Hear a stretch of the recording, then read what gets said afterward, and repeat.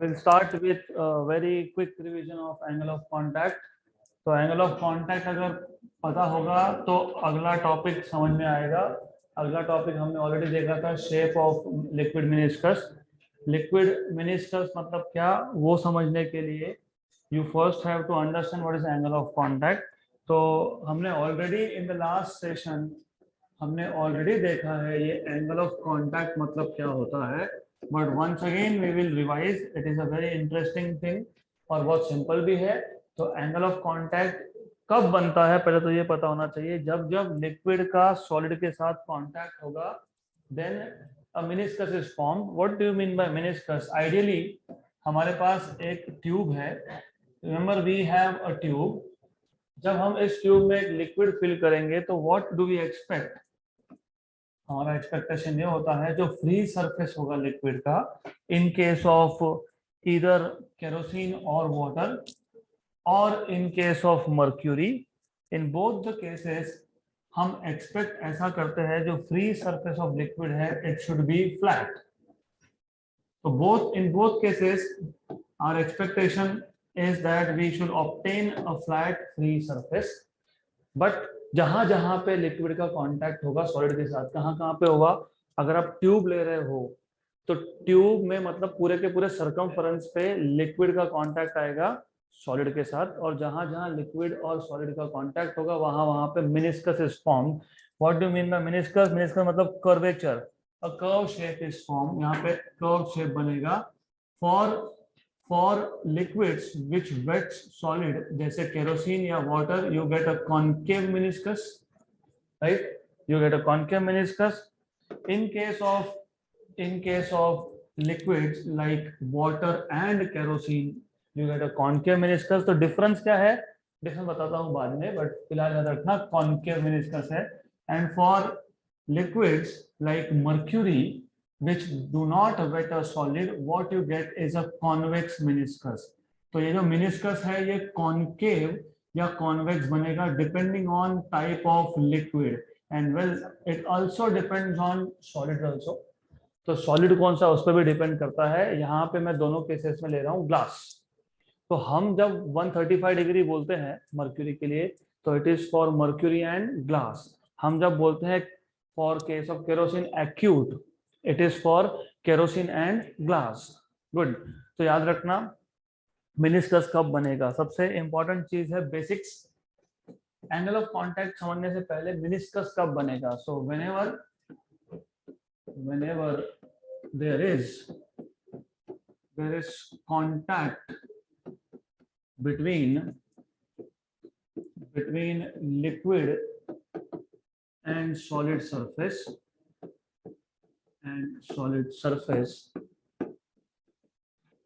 a meniscus is formed, and as you can see दो type के meniscus है, एक है कॉनकेव, दूसरा है convex. So the meniscus so formed is concave for the case of kerosene glass and the meniscus so formed is convex for mercury glass। so for the case of kerosene glass, आप यहाँ पे water भी बोल सकते हो, लेकिन water के लिए भी लिटिल केयरफुल कि वाटर का बहुत स्पेसिफिक केस है, क्योंकि वाटर प्योर है कि इम्प्योर है देखना पड़ेगा। So for the case of kerosene glass the meniscus formed is concave, and for the case of mercury and glass the meniscus formed is convex। so for the case of mercury and glass it is convex। okay, then अगर आपको याद होगा हमने define किया था what is angle of contact.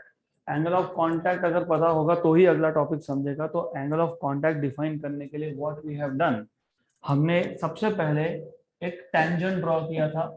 Tangent कहाँ draw किया? Free surface of liquid पे।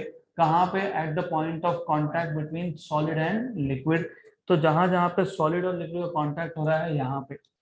यहाँ पे हमने टेंजेंट ड्रॉ कर दिया और मर्क्यूरी के केस में टेंजेंट विल बी अपवर्ड्स, तो हमने टेंजेंट ड्रॉ कर दिया। फिर हमने एंगल मेजर किया, हमने एंगल मेजर किया था between solid and the tangent with in the liquid. तो यहाँ पे जो एंगल है, this angle turns out to be acute, क्योंकि एंगल आप बाहर से भी मेजर कर सकते थे, but you are measuring angle from inside. Good. तो इस केस में, मर्क्यूरी के केस में, इट इज ऑब्ट्यूज। तो हमने डिफाइन कैसे किया था एंगल ऑफ कांटेक्ट? बहुत सिंपल डेफिनेशन था, द एंगल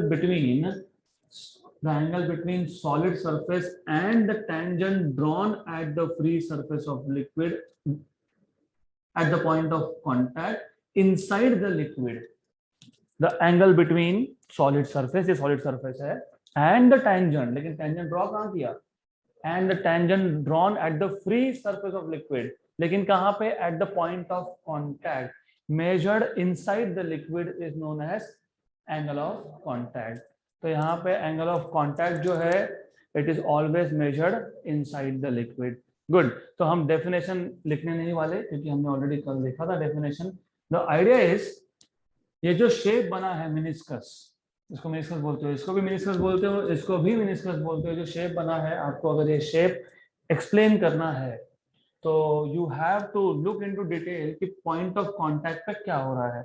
तो we will go ahead with explanation of shape of meniscus. अब शेप ऑफ मिनिस्कस वो कॉनकेव बनेगा या कॉन्वेक्स बनेगा, it will depend on resultant of cohesive and adhesive forces. तो the next topic here is shape of meniscus. Shape of meniscus. Shape of meniscus so formed depends on the resultant of the shape of meniscus depends on the resultant of cohesive and adhesive forces. Cohesive and adhesive forces. तो एक एक करके, not एक एक, हम actually दो दो करके कंपेयर करेंगे, क्योंकि कंपैरिजन में ज्यादा अच्छे से समझेगा। तो we will compare two cases together. हम concave meniscus and convex meniscus parallelly discuss करेंगे, क्योंकि 90% सेम है, 90% से ज्यादा सेम है दोनों का कॉन्सेप्ट, सिर्फ चेंज कहाँ है वी विल सी। तो वी विल कंपेयर।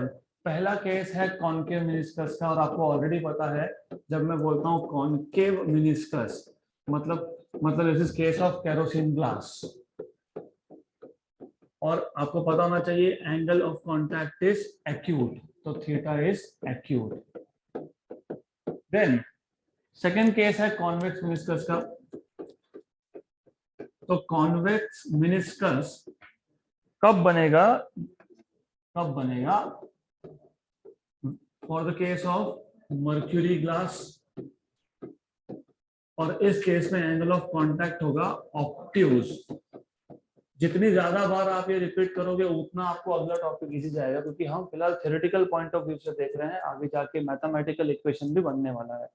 तो from an equation, just by looking at forces of surface tension, आप बता सकते हो if the meniscus is convex और concave, just by an equation देखा इमीडिएटली समझ में आएगा कि what will be the shape of meniscus. तो अब दोनों ही केसेस में हमारे पास था ट्यूब, दोनों केसेस में ट्यूब में था लिक्विड, सिर्फ एक केस में था केरोसिन, एक में था mercury, right. As I told you, हम क्या करेंगे, हम इसका एक पार्ट पे फोकस करेंगे। तो I will be looking at this portion here.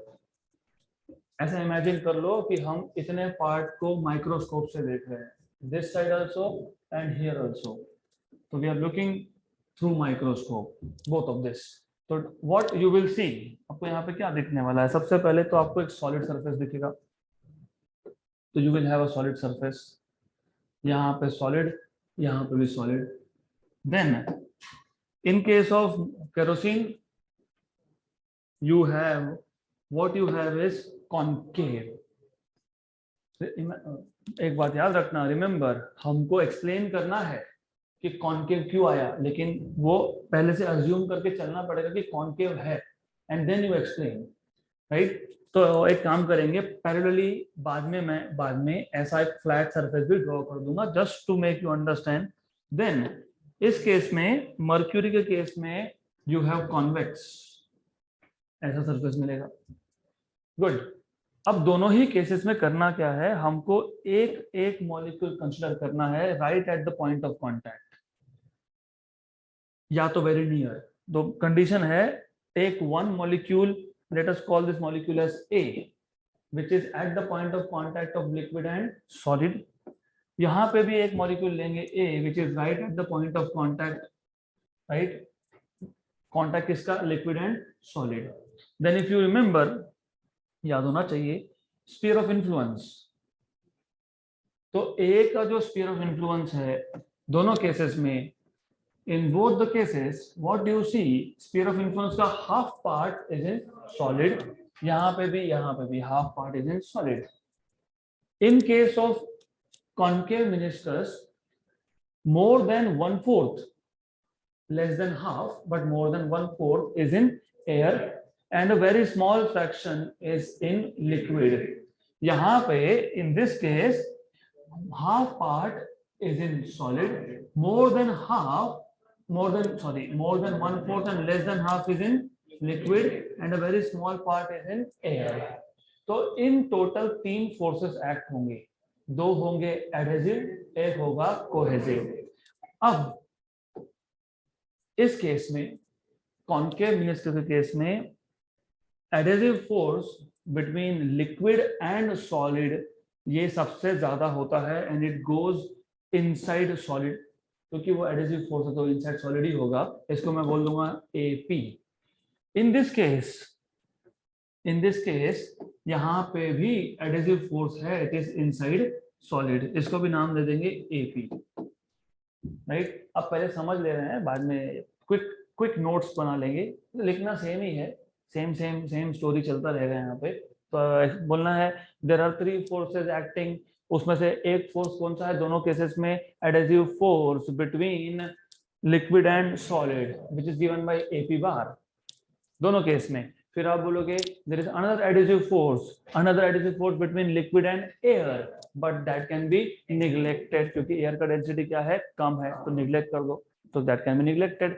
फिर दोनों केसेस में you will have cohesive force, क्योंकि वाटर मॉलिक्यूल की अगर बात करोगे, केरोसिन की बात करोगे, तो नीचे भी तो there are molecules of the same liquid, यहाँ पे लिक्विड मॉलिक्यूल्स भी तो है, what they will do is they will attract, right. तो अट्रैक्ट करेंगे। अब उससे पहले, कोहेसिव फोर्स दिखाने से पहले, I will show tangent to the surface, क्योंकि tangent to the surface is really important here. This is tangent to the surface, right. यहाँ पे भी हम लोग ड्रॉ करेंगे टेंजेंट टू द सरफेस।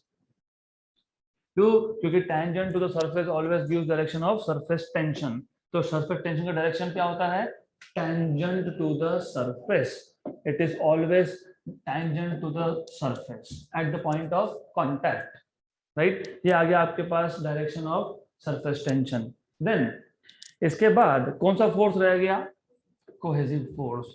तो cohesive force between molecule and another molecule is always inside liquid, क्योंकि cohesive है तो लिक्विड को लिक्विड ही अट्रैक्ट कर रहा है, तो इट इज इनसाइड लिक्विड, इसको बोल दूंगा मैं AC। यहाँ पे कोहेसिव फोर्स रहेगा बिटवीन मॉलिक्यूल, कौन सा molecule, A and other molecules of mercury, इसको भी बोल देंगे AC। नाउ दोनों केस में what do you see, in both the cases आपके पास दो फोर्सेस है, एक है AP, एक है AC। पहले केस में AP मतलब एडहेसिव फोर्स, ये कोहेसिव से ज्यादा है। दूसरे केस में AP मतलब एडहेसिव फोर्स, ये AC मतलब कोहेसिव फोर्स से कम है, right. And also I hope 11th का वेक्टर्स का कॉन्सेप्ट क्लियर है। तो दो वेक्टर्स अगर एक पॉइंट से स्टार्ट हो, there are two vectors starting from the same point, where does the resultant go, diagonal, very good। तो diagonally resultant is also along diagonal, तो यहाँ पे रिजल्टेंट जाएगा along diagonal. In this case resultant is a R and this resultant A are is inside solid here also. तो remember resultant कहाँ जाता है ये इंपॉर्टेंट है, क्योंकि आगे जाके मैथमेटिकल कंडीशन जब बनाओगे तो ये आपको पता होना ही चाहिए कि in case of concave meniscus resultant is inside solid. किसका रिजल्टेंट? एडहेसिव फोर्स का एंड कोहेसिव फोर्स का. तो यहाँ पे आ गया रिजल्टेंट समथिंग लाइक दिस, ये आ गया ए R. And in that case जो फोर्स ज्यादा है, कौन सा फोर्स ज्यादा है? कोहेसिव. तो रिजल्टेंट कहाँ जाएगा? Inside liquid. तो यहाँ पे आएगा रिजल्टेंट आपके पास inside liquid, something like that, ऐसा आएगा. इसको बोल देंगे ए आर. गुड. तो यहाँ पे आ जाएगा ए आर. थोड़ा डायग्राम वेरी करता है book to book and notes to notes, कोई फर्क नहीं पड़ता. You should understand, it is very logical thing, बहुत बेसिक है, राइट. गुड. तो अब हुआ क्या? हुआ ये AP मतलब एडहेसिव फोर्स और AC मतलब कोहेसिव फोर्स का रिजल्टेंट है इनसाइड सॉलिड, करेक्ट. एंड ये जो सरफेस बना है दोनों केसेस में, जो भी फ्री सरफेस होता है अगर उसको स्टेबल रहना है, for stability of the surface resultant force should always be perpendicular to the surface. तो जो भी रिजल्टेंट फोर्स है, अगर सरफेस को स्टेबल रहना है तो फॉर स्टेबिलिटी ये कंडीशन है, फॉर इक्विलिब्रियम ये कंडीशन है. तो for stability of the surface resultant force should always be perpendicular to the surface. अब यहाँ पे अगर आप देखोगे तो मैंने इंटेंशनली पहले से ही बता दिया ये परपेंडिकुलर है. परपेंडिकुलर किसको है? सरफेस को. मतलब किसको है? टेंजेंट को. तो एंगल कितना बना? 90. यहाँ पे भी if you see it is almost perpendicular, right. 90 किसको? सरफेस को. मतलब किसको? टेंजेंट को, राइट. अब इमेजिन करो, इमेजिन अगर ये सरफेस कॉन्केव नहीं होता तो सरफेस कैसा होता? सरफेस फ्लैट होता. अगर वो सरफेस कॉन्वेक्स नहीं होता तो कैसा होता? फ्लैट होता. तो दोनों केसेस में रिजल्टेंट और सरफेस में एंगल 90 बना क्या? नो. यहाँ पे भी रिजल्टेंट और सरफेस में एंगल 90 है क्या? नो. अगर एंगल 90 नहीं है इसका मतलब ये जो सरफेस है वो स्टेबल नहीं है.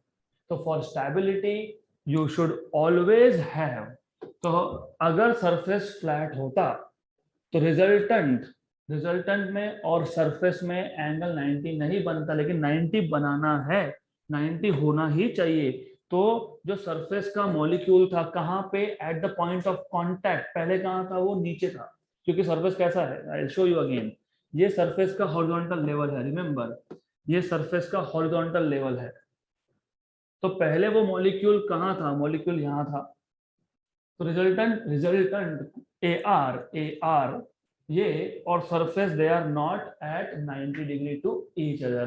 तो होगा क्या? जो सरफेस मॉलिक्यूल है ये ऊपर जाएगा. It will start piling up. कब तक पाइल अप होगा? जब तक it will keep going up. कब तक? जब तक 90 डिग्री नहीं बनता, जब तक रिजल्टेंट ए आर और सरफेस ये परपेंडिकुलर नहीं होता तब तक this molecule will keep piling up. जैसे ही 90 हुआ it will stop piling up. So that is the reason कि in case of kerosene glass combination you get which meniscus concave. उल्टा सोचो, इस केस में क्या था? इस केस में इस लिक्विड सरफेस का हॉरिजॉन्टल लेवल इनिशियली यहाँ था.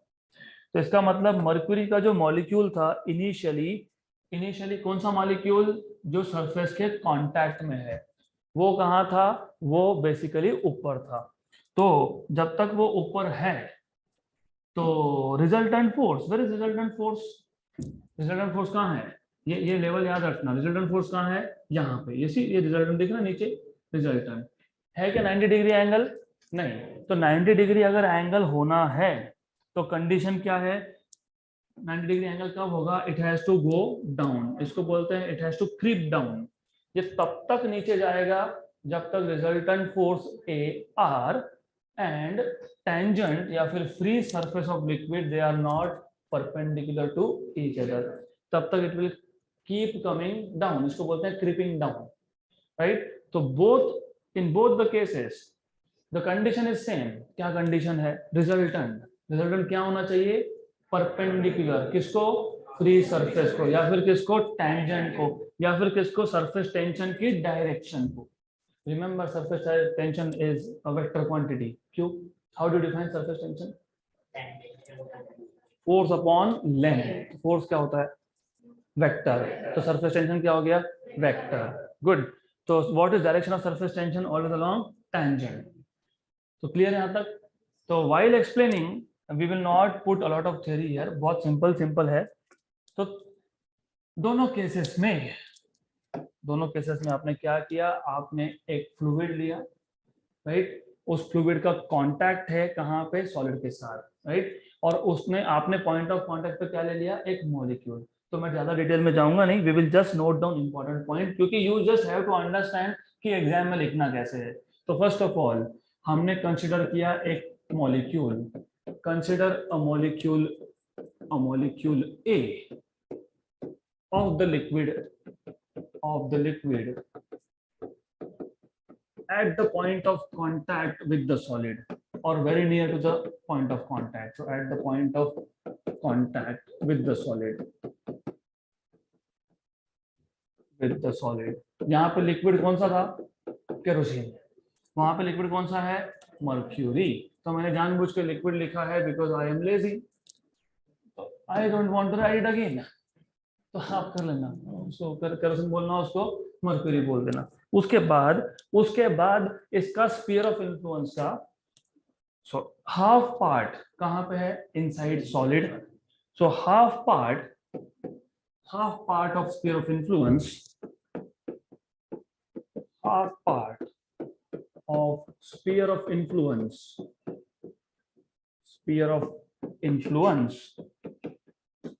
of molecule A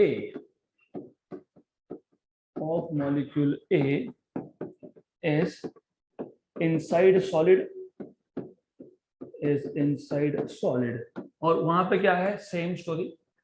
half part of sphere of influence of A is inside solid, same. Then what is the difference? difference ये है कि a big part मतलब greater than 1/4 and less than half, right, is in air and a very small fraction is inside liquid. वहां पे उल्टा है, वहां पे जो रिमेनिंग स्फीयर ऑफ इन्फ्लुएंस है greater than 1/4, it is in liquid and a small fraction is in air, right. So a very small fraction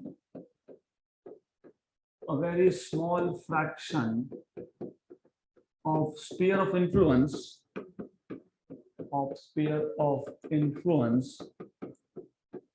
of A is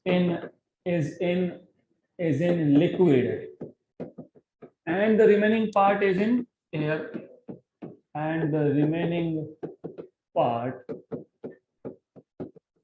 air,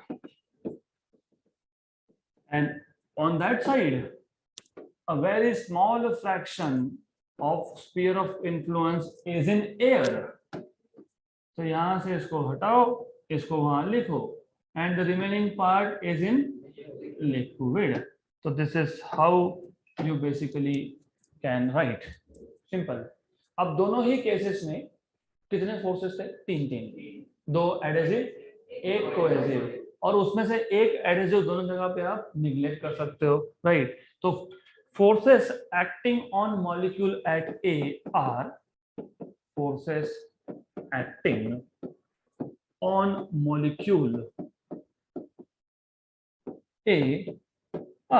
दोनों cases में तीन, यहाँ पे भी वही, यहाँ पे भी वही। गुड। देन कौन से तीन? सबसे पहला वो लिख लेना जो निग्लेक्ट होता है, जो निग्लेक्ट होता है हम भूल जाते हैं ना, लिखना होता है ना कभी कभी, हमारे पास सामने चीज होता है बट हम वी निग्लेक्टेड, तो दिखता ही नहीं है, अरे है। यहाँ पे भी कौन है? Adhesive force. किसमें? Liquid and air. Okay, liquid मतलब कौन सा मॉलिक्यूल? ए मॉलिक्यूल। तो पहला फोर्स कौन सा है, फोर्स ऑफ एडेजन या तो adhesive force, adhesive force, adhesive force between air molecules, between air molecules and molecule A, and molecule A, which can be क्या करते हैं इसको हम लोग, which can be neglected। तो ये निग्लेक्ट हो गया, मतलब इसको हम कंसिडर करने ही नहीं वाले, तो you don't want to consider this, इसलिए इसको हमने निग्लेक्ट कर दिया। देन दोनों ही केसेस में you have adhesive force between molecules of solid surface, between molecules of solid surface and molecule A, इसको हमने क्या नोटेशन दिया, AP बार, तो मैं लिख देता हूं ब्रैकेट में AP बार। दोनों ही केसेस में it is the same. Definitely in case of concave surface AP ज्यादा है, मतलब एडेसिव फोर्स ज्यादा है कंपेयर टू कोहेसिव। कौन सा adhesive, between molecule, liquid molecule and solid, right. इसके बाद तीसरा फोर्स कौन सा था, कोहेसिव फोर्स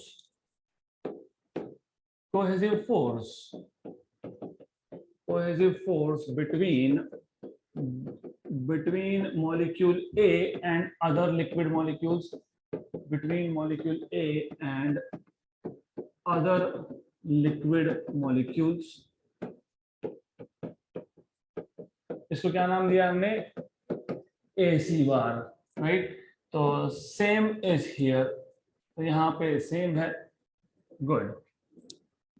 देन दोनों केस में डिफरेंस क्या था, रिजल्टेंट किसका, एडेसिव फोर्स का AP का और कोहेसिव फोर्स का AC का। In the first case concave case resultant कहाँ है, इनसाइड सॉलिड, वहां पे इनसाइड लिक्विड, गुड। तो द रिजल्टेंट ऑफ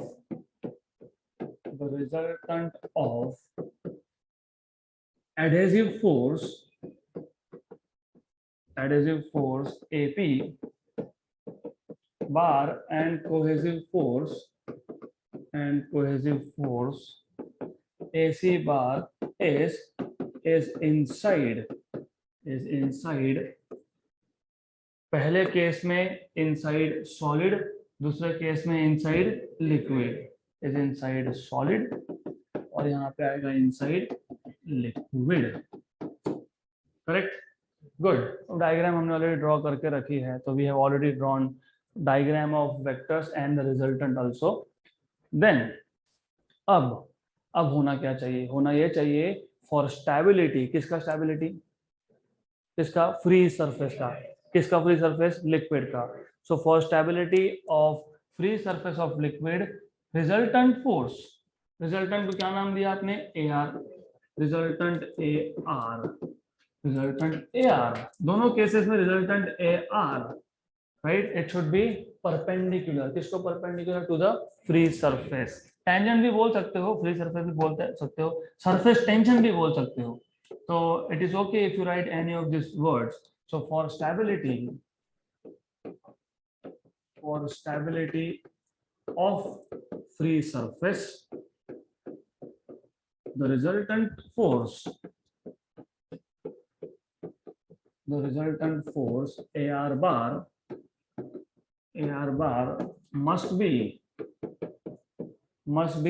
perpendicular, मतलब normal, must be perpendicular to the tangent drawn से तो मैं बोलूंगा to the free surface, good। दोनों केसेस में same. So for stability of free surface, the resultant force AR should be perpendicular to the free surface itself, right? अब पहले केस में अगर ऐसा होना है तो मॉलिक्यूल को ऊपर जाना पड़ेगा, मतलब molecule A, for this to happen, molecule A has to pile up। दूसरे केस में for this to happen, creep down, molecule A has to creep down। For this to happen, molecule A has to pile up, and for that to happen, molecule A has to creep down. So this is how you explain concave and convex meniscus. बहुत simple idea है. तो अगर ऐसा link बना के चलोगे तो is nothing. तो सबसे पहला पॉइंट क्या था? मॉलिक्यूल ए कहाँ था? Point of contact. किसका पॉइंट ऑफ कांटेक्ट? लिक्विड और सॉलिड का. फिर आपने लिया स्फीयर ऑफ इन्फ्लुएंस. दोनों केसेस में स्फीयर ऑफ इन्फ्लुएंस का हाफ पार्ट कहाँ गया? सॉलिड में, राइट. कॉन्केव मेनिस्कस में big portion of the remaining half is in air and small is in liquid. और मर्क्यूरी के केस में उल्टा था. a big portion is inside mercury and a small fraction is in air. 3 forces act हो रहे हैं. कौन से? एडहेसिव सबसे पहले between liquid and solid. दूसरा liquid and air which can be neglected. तीसरा cohesive force, right. AP दोनों केसेस में is adhesive, AC is cohesive, AR is resultant. Resultant AR for concave meniscus is inside solid. Resultant AR for convex is in liquid, correct. और resultant को अगर मतलब surface को अगर stable रहना है, नहीं तो क्या होगा? सरफेस स्टेबल नहीं होगा. कभी कॉन्वेक्स हो रहा है, कभी कॉन्केव हो रहा है, कभी फ्लैट हो रहा है. तो for stability what you should have, what is the condition? ये जो रिजल्टेंट है it should be normal to the free surface. ये होने के लिए कॉन्केव के केस में जो कांटेक्ट पे मॉलिक्यूल था A, it has to pile up और यहाँ पे it has to creep down. Good. तो 2 केसेस हो गए. इन टोटल 4 केसेस है. एक था कॉन्केव, एक था convex. Acute angle of contact, obtuse angle of contact. अभी रह क्या गया? How do you differentiate between acute angle and obtuse angle? What is acute angle? Less than 90. You are telling me upper limit. What is lower limit? Greater than 0 but less than 90. ये होता है acute. Obtuse is greater than 90 but less than 180. तो 2 चीजें छोड़ दिया आपने, 0 and 90. तो अगले 2 केसेस कौन से है? 0 degree angle of contact and 90 degree angle of contact. तो अगले जो 2 केसेस होंगे दैट इज, जैसे आपने यहाँ पे बोला कॉन्केव और कॉन्वेक्स. यहाँ पे 2 केसेस बनेंगे and the third case will be in this case angle of contact 0. क्योंकि यहाँ पे शेप के बारे में मैं कुछ बोल नहीं सकता, इसलिए मैं कॉन्केव कॉन्वेक्स बोल नहीं रहा हूँ. We are just talking about angle of contact. तो एंगल ऑफ कांटेक्ट यहाँ पे बनेगा 0, राइट, 0 डिग्री. यहाँ पे एंगल ऑफ कांटेक्ट बनेगा 90. Angle of contact 90. और याद रखना ये जो टॉपिक है एंगल ऑफ कांटेक्ट 90, इसमें हम एक्स्ट्रा टॉपिक भी कवर करेंगे. And conditions for convexity and concavity. तो कॉन्वेक्स कब बनेगा एंड कॉन्केव कब बनेगा, राइट. देन दोनों केसेस कॉन्केविटी कुछ तो होगा, doesn't matter. Condition for concave surface in short, convexity and something what that is condition for concave surface. तो समझ लेना अब, क्योंकि correct word is concavity but some book से कुछ और ही लिख देते हैं. तो कंडीशन फॉर कॉन्केविटी. ओके, तो I am just following your notes, जो भी होगा आपका टेक्स्ट बुक. देन अब ऐसा है, ये केस तो समझ सकते हैं 0 degree. It is for pure water. So remember this is the case for pure water, 100% pure water, highly pure water. पर ये जो केस है ये हाइपोथेटिकल है. ये हाइपोथेटिकल लिक्विड के लिए है. हाइपोथेटिकल मतलब क्या? Imaginary, which does not exist. Correct. अब होगा क्या? why we are calling this as hypothetical समझ में आ जाएगा थोड़ी देर में आपको. तो वापस से सेम केसेस, एग्जैक्टली सेम. हमारे पास एक सॉलिड है, तो we have a solid here, solid there. यहाँ पे लिक्विड मॉलिक्यूल ए ले लिया ओवर हियर, राइट। अब इस केस में याद रखना सरफेस बनता कैसे है,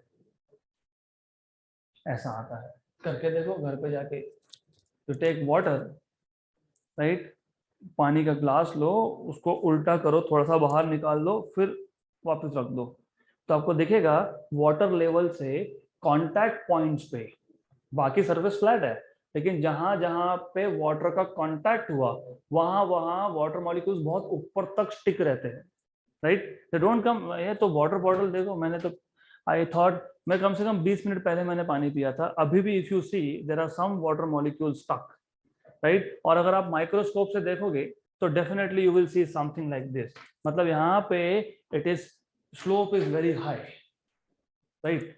दूसरा case, this case is simple, कुछ नहीं, फ्लैट, फ्लैट वैसे ही आता है 90 डिग्री ना।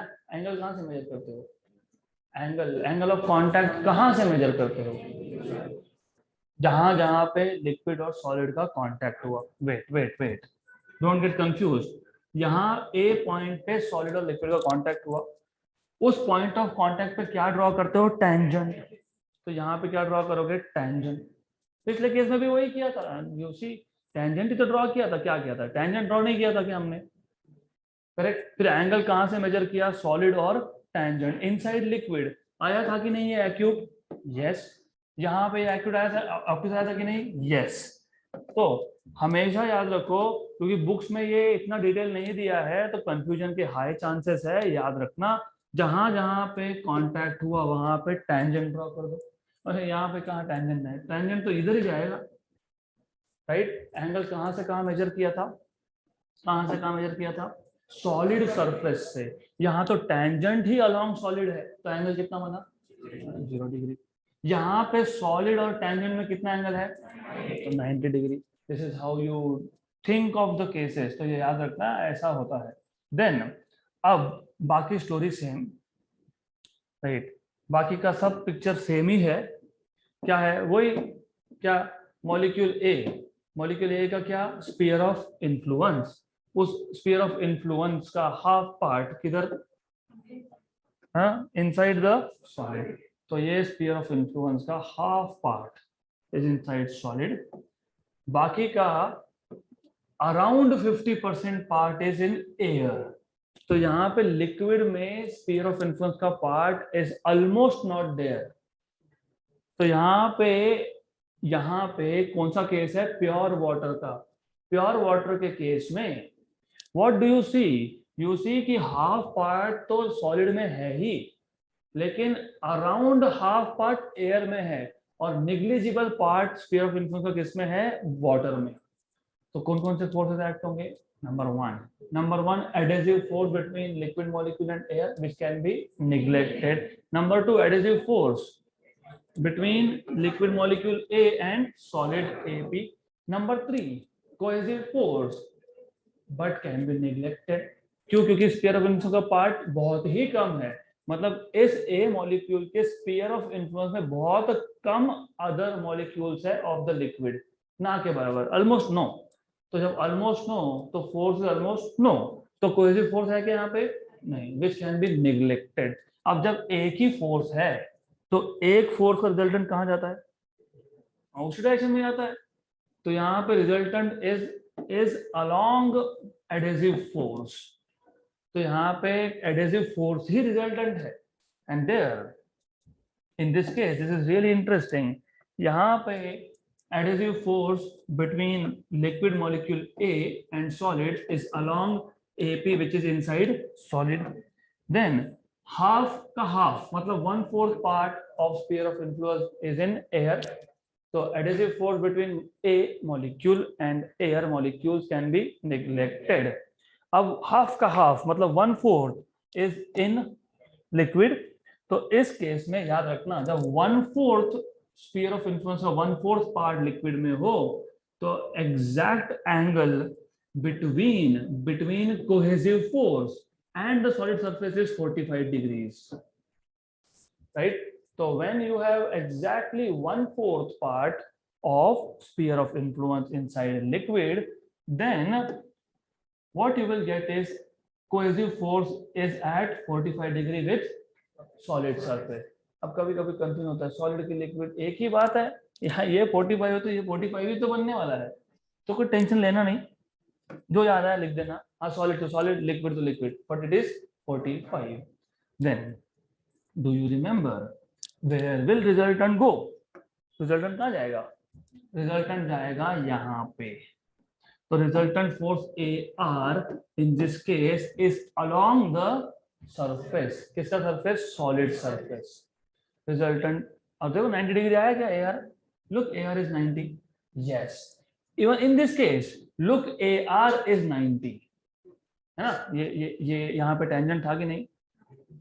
ये सरफेस है ना, दिस इज सरफेस. हमने वही तो किया, हमने क्या किया, जहां जहां मॉलिक्यूल का कांटेक्ट है वहां पर क्या ड्रॉ किया? टेंजेंट. फिर हमने बोला एंगल 90 होना चाहिए, है 90, यहाँ भी है और यहाँ पे भी 90 है, तो दोनों सरफेसेस स्टेबल हुए. Yes, both surface are stable. तो टोटल 4 केसेस थे, एक्यूट, ऑब्ट्यूस मतलब कॉनकेव, कॉन्वेक्स. दोनों में AR was perpendicular to solid surface, free surface sorry of liquid.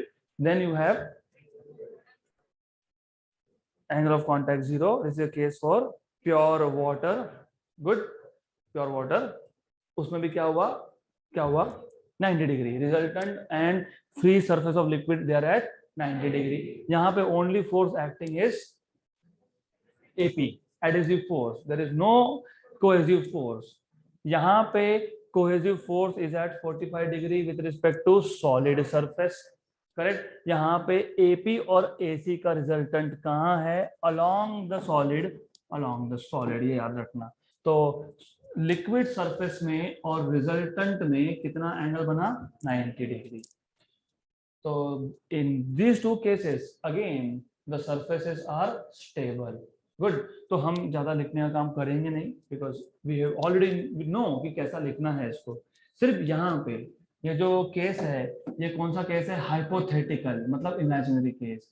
ये इमेजिनरी केस होने के बाद भी ये हमको कुछ मैथमेटिकल कंडीशन देगा टू से कि कब सरफेस कॉनकेव बनेगा और कब सरफेस कॉन्वेक्स बनेगा.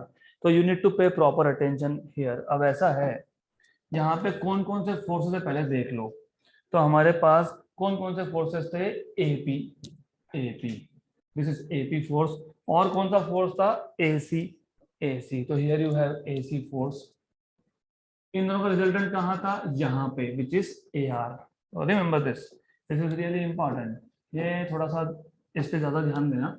नाउ इफ यू रिमेंबर, अगर आपको याद होगा वेक्टर के properties, do you remember vectors have certain property. जैसे कि आप चाहो वहां पे वेक्टर को उठा के रख दो, provided you are not changing magnitude, you are not changing direction, right. तो मैं इस वेक्टर को यहाँ से उठा के यहाँ रख सकता हूँ. I can keep this vector here. तो ये जो वेक्टर था, कौन सा वेक्टर था? AP क्या रिप्रेजेंट कर रहा है? कौन सा फोर्स रिप्रेजेंट कर रहा है? Adhesive force. उस वेक्टर को आपने यहाँ रख दिया, मतलब ये बन गया, ये AP था तो ये भी क्या आ गया? AP. करेक्ट. और ये तो AC है ही, दिस इज AR, तो this is AC and remember this is AR. Good. Then do you remember what was the angle here? 45, right? Fine. So what can you say from this right angle triangle? What can you say? What can you tell from this right angle triangle? What is sine 45?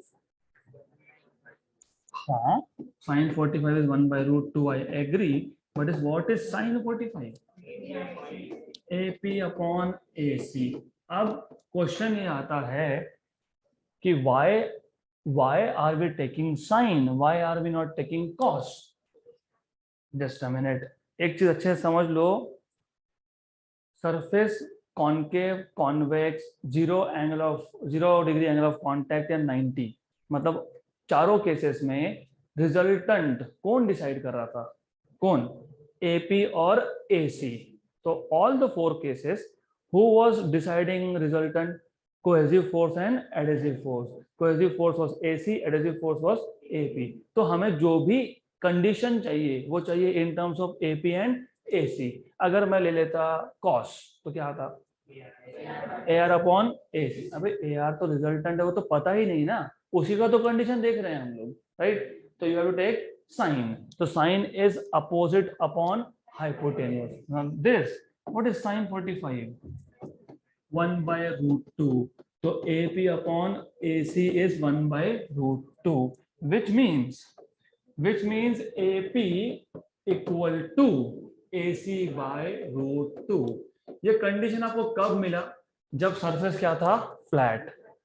तो ये जो condition है, adhesive force is equal to cohesive force by root 2. मतलब adhesive force ये cohesive force upon root 2 आएगा. Cohesive force upon root 2 आएगा. अगर ये इक्वल आया तो कौन सा सरफेस है? Flat surface. So this is the condition for obtaining flat surface, और you can say this is the condition for having theta equal to 90 degree, angle of contact equal to 90 degree. Good, right? तो अगर मुझे इसी equation से बताना है concave कब बनेगा और कॉन्वेक्स कब बनेगा, तो दो पॉसिबिलिटी है. एक AP can be less than AC by root 2, एक AP can be greater than AC by root 2. तो AP is less than AC by root 2 कब आएगा?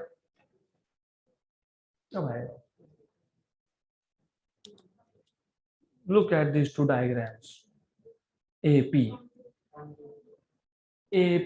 is less than AC by root 2 and AP greater than AC by root 2 कब आएगा? कब?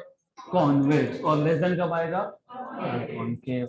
तो ये जो कंडीशन है, this is the condition for the surface being concave and this is the condition for surface being convex.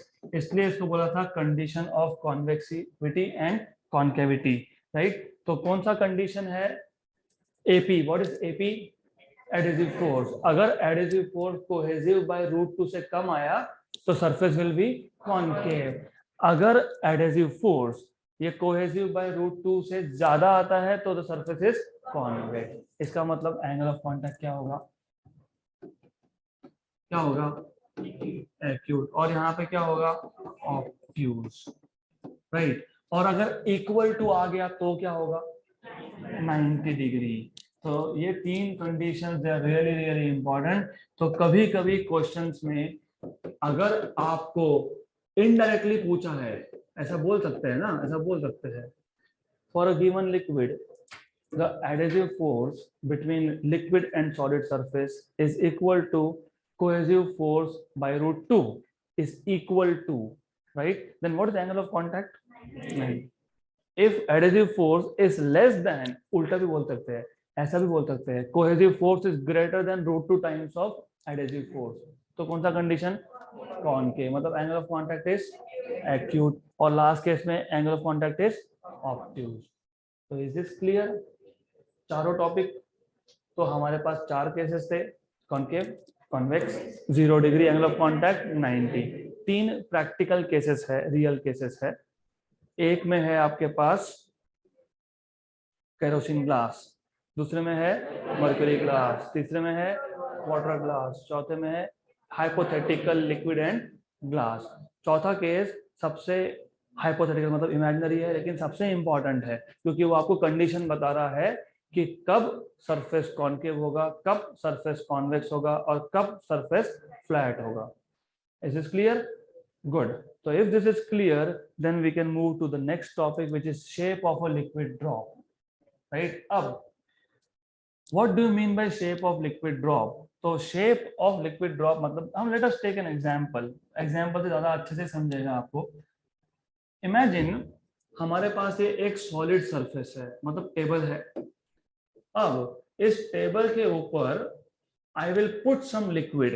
मैं कुछ liquid को यहाँ पे ड्रॉप कर देता हूँ. तो तीन पॉसिबिलिटी है. एक तो यहाँ पे लिक्विड जो है वो स्प्रेड हो जाएगा, it will spread. When you से इट विल स्प्रेड, इसका मतलब it will not form any drop, ये केस 1 है, इट विल स्प्रेड। दूसरा केस ये है दैट यू मे गेट, आपको ऐसा मिल सकता है, ड्रॉप मिलेगा लेकिन ड्रॉप का शेप ऐसा मिलेगा। तो कौन सा है बताए, वाटर का केस। तो when you drop water on a solid surface you get this kind of shape of drop. तीसरा केस है मर्क्यूरी का। तो मर्क्यूरी के केस में क्या मिलेगा, you can see the drop is like this, ellipsoid basically. तो यहाँ पे जो ड्रॉप आता है वो इलिप्सॉइड आता है। तो मर्क्यूरी के केस में you will get this kind of structure, ऐसा बनेगा। अब हमको देखना है कि क्या कंडीशंस है, on what conditions you get this kind of shape, on what condition you get the other shape, और कौन सा कंडीशन है in which there is no drop, drop form ही नहीं हुआ, लिक्विड हो गया स्प्रेड। तो I will just take this very briefly today, सिर्फ introduction, because you need to think little bit after going home. अब टॉपिक का नाम क्या है, शेप ऑफ लिक्विड ड्रॉप। तो हमने क्या किया, हमने एक सॉलिड सरफेस लिया टेबल, उसके ऊपर लिक्विड को हमने ड्रॉप कर दिया। तो या तो ड्रॉप बनेगा, मतलब रिलीज कर दिया लिक्विड को, तो या तो ड्रॉप बनेगा या नहीं बनेगा, टू कंडीशंस। नहीं बनेगा मतलब क्या होगा, स्प्रेड होगा। बनेगा तो टू कंडीशंस, या तो बनेगा हेमिस्फीयर जैसा, इस काइंड ऑफ हेमिस्फीयर बोल सकते हो, ऐसा कुछ बनेगा, या बनेगा इलिप्सॉइड। अब शेप क्या आएगा या ड्रॉप बनेगा कि नहीं, ये डिपेंड करता है दो कंडीशन पे। एक तो लिक्विड कौन सा है, मतलब लिक्विड का सरफेस टेंशन क्या है, दो एंगल ऑफ कांटेक्ट क्या है, राइट। तो it will depend on two conditions, what is the surface tension of liquid, number two angle of contact, good. अब अगर आप अच्छे से देखोगे तो you will see there are in total 3 different matter here, 3 different states of matter. एक है solid, एक है लिक्विड, और एक है एयर। यहां पे भी एयर, और यहां पे आ गया आपका liquid, is in this case mercury, और यहां पे है आपके पास सॉलिड। अगर आपको याद होगा तो इस चैप्टर का नाम क्या था, मैकेनिकल प्रॉपर्टीज ऑफ फ्लूइड्स। तो यहाँ पे 2 फ्लूइड है, एयर एंड लिक्विड। तो सरफेस टेंशन किसका होता है, फ्लूइड का होता है, राइट। और सरफेस टेंशन कहाँ होता है, जब जब फ्लूइड और सॉलिड का कांटेक्ट हो, राइट। तो रिमेंबर मैंने जब भी सरफेस टेंशन इंट्रोड्यूस किया था तभी बता दिया था, surface tension is the property of a fluid. Liquid का तो है ही, क्योंकि लिक्विड क्या है, फ्लूइड है। तो यहाँ पे कितने फ्लूइड है, 2। तो दोनों का सरफेस टेंशन प्रॉपर्टी होगा, यस। और in total there are 3 interfaces, you know what is interface, a surface which divides 2 medium. तो यहाँ पे 3 है, solid liquid, solid air, liquid and air. और सरफेस टेंशन कहाँ एक्ट करता है, डायरेक्शन का, टेंशन का। मैंने इसलिए इतना डिटेल, इतना स्लो गया आज मैं, आई नो फिजिक्स में थ्योरी स्लो लेना मतलब is very risky for me also. आज हमको जगाना पड़ता है, जागो, ठीक है, अभी जाग गए, बताओ कहाँ है सरफेस टेंशन। यस, डायरेक्शन पूछ रहा हूं मैं, direction, do you see tangent, that is the correct word you should use, tangent। अब इन टोटल सरफेस टेंशन कहाँ कहाँ होता है, जहां जहां पे फ्लूइड और सॉलिड का कांटेक्ट हो, या फिर एक फ्लूइड का दूसरे के साथ कांटेक्ट हो। तो एक होगा सॉलिड लिक्विड में, तो एक सरफेस टेंशन होगा सॉलिड और लिक्विड में, इसको मैं नाम दे देता हूं T1। So surface tension between solid and liquid is T1, और by definition the direction is tangent। हाँ, तो tangent ही ड्रॉ किया ना, ये लिक्विड को tangent हुआ कि नहीं, यस। यहाँ पे भी वैसा ही होगा, सॉलिड और लिक्विड का कांटेक्ट कहाँ हुआ, इस पॉइंट पे हुआ, तो इस पॉइंट में मैं क्या ड्रॉ करूंगा, tangent। तो आ गया T1 T1। रिमेंबर हम 2 अलग अलग टाइप ऑफ लिक्विड्स को एक साथ कंपेयर कर रहे हैं। ये है वाटर का केस, ये है मर्क्यूरी का केस। दूसरा सॉलिड एंड एयर, क्योंकि एयर क्या है, फ्लूइड, सॉलिड क्या है, सॉलिड। तो एयर और सॉलिड का जब कांटेक्ट होगा तो वहां पे क्या होगा, सरफेस टेंशन, और सरफेस टेंशन का डायरेक्शन क्या होता है, टेंजेंट। तो अब थोड़ा सा इमेजिनेशन बढ़ाओ, imagination you have to increase. You see यहाँ पे पूरा का पूरा एयर है, यहाँ भी एयर है, यहाँ पे भी एयर है। तो you have air here like this, और यहाँ पे भी अगर आप देखोगे तो एयर है, तो यू हैव एयर, तो ये एयर आ गया। तो अब बताओ, सॉलिड और एयर का कांटेक्ट कहाँ हुआ, इधर। तो सॉलिड और एयर का जो सरफेस टेंशन होगा वो कहाँ जाएगा, अलोंग टेंजेंट। इसको मैं नाम देता हूँ T2। यहाँ पे भी वही केस, यहाँ पे भी वही केस, सिर्फ थोड़ा सा इसको शिफ्टेड दिखाना पड़ेगा। तो इसको little bit of shift here, तो दिस इज T2। तो T2 is surface tension between solid and air. T1 is surface tension between solid and liquid. तीसरा surface tension between liquid and air, वो कहाँ जाएगा, दिख रहा है कहाँ जाएगा, ये टेंजेंट, क्योंकि कहाँ पे कांटेक्ट हुआ, यहाँ पे, राइट। तो पहला पॉइंट ऑफ कांटेक्ट यहाँ पे, राइट। तो you have contact between liquid and air, तो ये आ गया T3। So what is T3, surface tension between liquid and air, and in this case it is like this, इधर यहाँ पे आ गया T3। डू यू रिमेम्बर, और याद रखना, वेक्टर्स को आप जहां चाहो वहां पे शिफ्ट कर दो। मैं इसको यहाँ शिफ्ट कर देता हूँ, क्या फर्क पड़ता है, अगर matter fine. Do you remember definition of angle of contact? What is angle of contact? Angle between, yes, measured inside, ये हो गया एंगल ऑफ कांटेक्ट एक्यूट, ये हो गया एंगल ऑफ कांटेक्ट ऑब्ट्यूज। अब सॉलिड लिक्विड एयर को भूल जाओ, हमारे लिए इंपॉर्टेंट है टेंशन के डायरेक्शन, दैट्स इट। तो हम टेंशन वेक्टर्स पे फोकस करेंगे। ये है टेंशन T1 वेक्टर, और वेक्टर है, याद रखना, ये T1 वेक्टर है।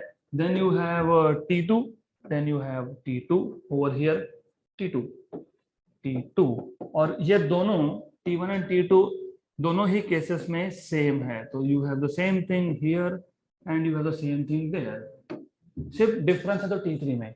तो इस केस में T3 कहाँ पे है, यहाँ पे, तो you have T3 over here, और यहाँ इस केस में T3 आ गया आपका इधर, right.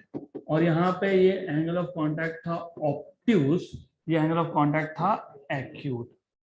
Do you remember something called as projection of one vector on another vector? याद है, प्रोजेक्शन मतलब शैडो मतलब मुझे अगर T3 का प्रोजेक्शन क्यों देखना है, पहला क्वेश्चन तो यहाँ चाहिए, प्रोजेक्शन क्यों देखना है। दो वेक्टर है अलोंग एक्स एक्सिस, चाहे एक पॉजिटिव एक्स में है एक नेगेटिव, लेकिन कहाँ है, अलोंग एक्स एक्सिस। ये कहीं है क्या, ये एक्स वाई प्लेन में है। तो हम क्या करेंगे, हम बोलेंगे ठीक है, इसका कंपोनेंट देख लो। इसका कंपोनेंट मतलब कितना कंपोनेंट, मतलब इतना component. Do you know how to find this, T3 cos theta, क्योंकि ये T3 है, ये एडजेसेंट साइड है। एडजेसेंट साइड क्या होता है, कॉस कंपोनेंट होता है। तो ये कौन सा कंपोनेंट आ गया, T3 cos theta, right. Similarly here, यहाँ पे इस केस में भी आप देखोगे प्रोजेक्शन हियर, राइट। एग्जाम में आपको दोनों में से एक केस लिखना है, यू कैन डू इधर दिस वन और दैट वन, एक ही चाहिए। सिर्फ यहाँ पे हम देख रहे हैं because we want to get into details. अब प्रॉब्लम क्या है, ये एंगल कितना है, दिस एंगल इज थीटा, तो how much is this angle, 180 minus theta. तो ये T3 cos of 180 minus theta. You know what is cos of 180 minus theta, minus T3 cos theta. Good. तो minus T3 cos theta आएगा, this is what you need to understand. अब यहाँ पे दोनों एक ही condition देंगे, same condition you will get. मैं इस पे फोकस करता हूँ पहले पे, गुड। अब ऐसा है, व्हाट डू यू सी, यहाँ पे T1 और T3 cos theta they are in the same direction, और अपोजिट डायरेक्शन में कौन है, T2। तो याद रखना ये लिक्विड ड्रॉप कब बना, जब हमने लिक्विड को रिलीज कर दिया और बहुत टाइम तक छोड़ दिया। बहुत टाइम तक जब छोड़ देते हो तो सिस्टम इज अंडर इक्विलिब्रियम, मतलब फोर्सेस आर बैलेंस। अगर फोर्सेस बैलेंस है तो जितना फोर्स लेफ्ट में है कितना है, T2, ये किसको बैलेंस करेगा, जो राइट में है। राइट में कौन है, T1 plus T3 cos theta. तो T2 minus T1 equal to T3 cos theta आ जाएगा। तो cos थीटा मिल जाएगा T2 minus T1 upon T3। सो ये वो फॉर्मूला था जो आपको बताएगा कि सरफेस कौन सा बनने वाला है, मतलब ड्रॉप ऐसा बनेगा या ये बनेगा या स्प्रेड होगा। This is really powerful. ये इतना पावरफुल है कि वैल्यूज बता देंगे आपको कि क्या होगा। अब देखो, अब condition, special cases, case number 1, अगर T2 ग्रेटर देन T1 है, T2 ग्रेटर देन T1 है, मतलब T2 minus T1 is greater than 0, मतलब पॉजिटिव, मतलब न्यूमरेटर इज पॉजिटिव। न्यूमरेटर हो गया आपका पॉजिटिव। अब अगर न्यूमरेटर या डिनोमिनेटर से छोटा है, if numerator is less than denominator, पहले तो न्यूमरेटर पॉजिटिव आ गया और डिनोमिनेटर से छोटा आ गया। What is 1/2, what is 1/4, correct. What is 1/8, 1/3.66, 2/3.66, 1/3.33, 2/3.66।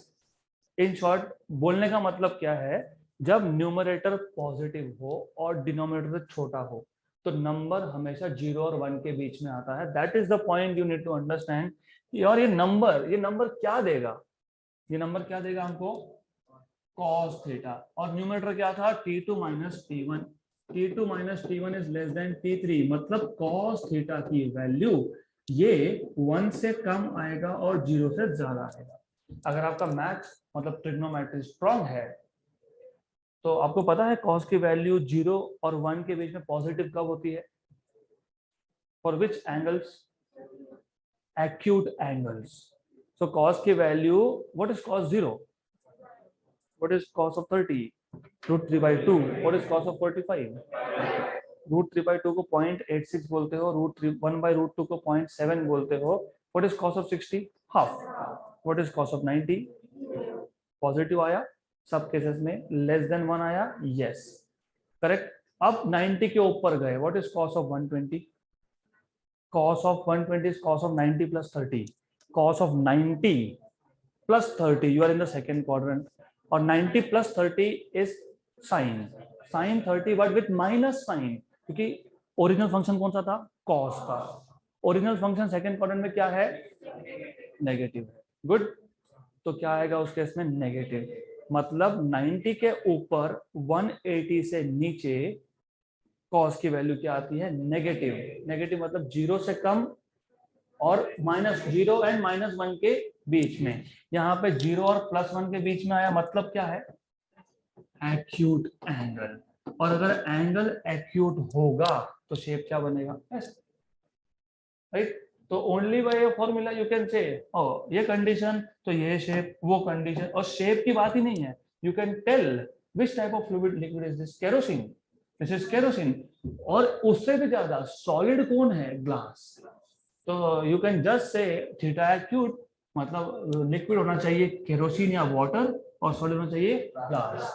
अब दूसरा केस ले लो। अब इमेजिन कि T2 is less then T1, मतलब T2 minus T1 is less then 0, मतलब न्यूमरेटर इज नेगेटिव, राइट। अब mod of numerator is less than denominator, मतलब -1/2, -1/4, -2/3, -1/3, -1/6। तो mod of numerator is less than denominator, मतलब cos theta क्या आएगा, between 0 and -1, है ना।